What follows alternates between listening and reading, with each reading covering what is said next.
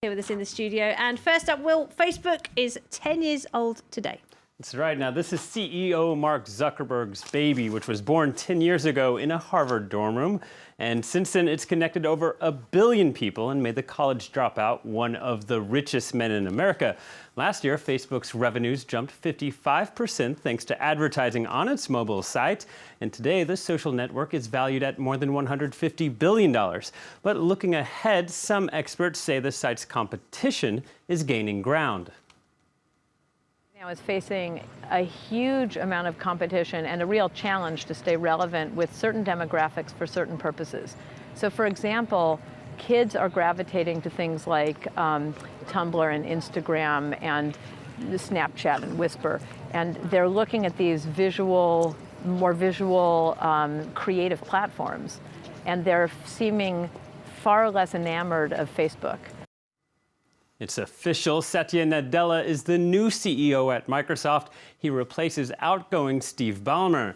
Nadella previously served as a vice president of Microsoft's cloud division, a group that was key in Microsoft's better-than-expected results recently. The company reported a quarterly profit of more than $6.5 billion, but that wasn't all in the management shakeup. Bill Gates has quit as Microsoft chairman and has taken up a new role as technology advisor to the company's new CEO. Well, Air France unveiled its new business class on long-haul flights. The French flag carrier called it the cocoon in the sky, a pricey venture for Air France with a total investment expected to top 200 million euros. Demand is so high for such luxury seats among rival airlines that manufacturers have a backlog of orders. Kyle Brown has the story.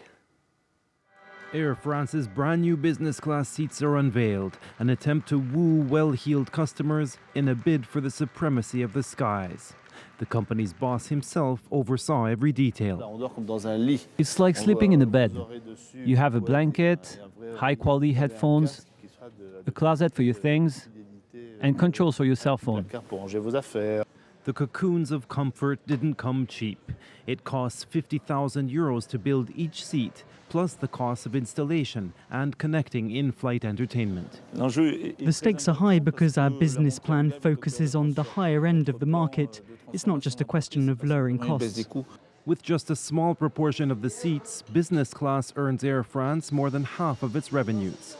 The 200 million euro investment is the latest attempt to claw back part of the business travel market from competitors like Singapore Airlines and Emirates, which already have high-end seating.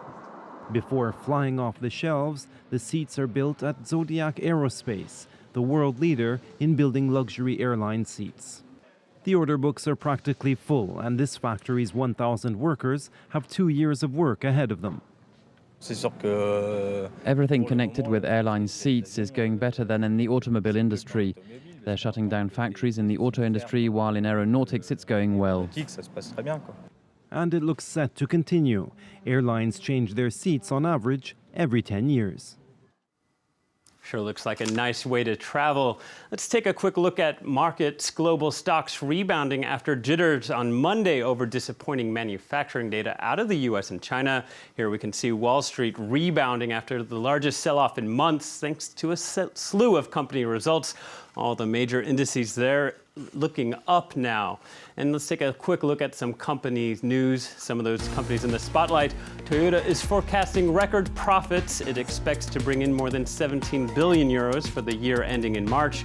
Japanese car makers Toyota and Honda have been boosted recently by a weakening yen and a mild recovery in the U.S. auto market. Those shares have taken a hit after weak sales figures in January due to cold weather. UBS has reported a fourth quarter profit of around 750 million euros. Switzerland's biggest bank doubled analysts' expectations, a stark contrast after a steep loss during the same period in 2012. UBS called it a transformational year as it shrunk its investment bank and moved away from riskier activities like bond buying. The bank was also helped by a tax gain and lower than expected legal costs. And finally, the French website lepoint.fr is reporting that Google's French branch owns 1 billion euros in back taxes. According to the report, tax officials are objecting to Google routing revenues through its Irish and Dutch operations and thereby escaping higher French taxes. The move is being called the Dutch sandwich and the Irish double. The government said it will not respond to such rumors now, and Google so far has yet to reply. That's it for business. Back to you, Laura, for the rest of the news. That row between the French government and Google goes on and on, doesn't it? Will, thank you very much indeed. That's it for the business. We're going to take a short break here on France 24, but do stay with us. We're going to find out what's got people clicking and sharing over the past 24 hours. It's time for Web News.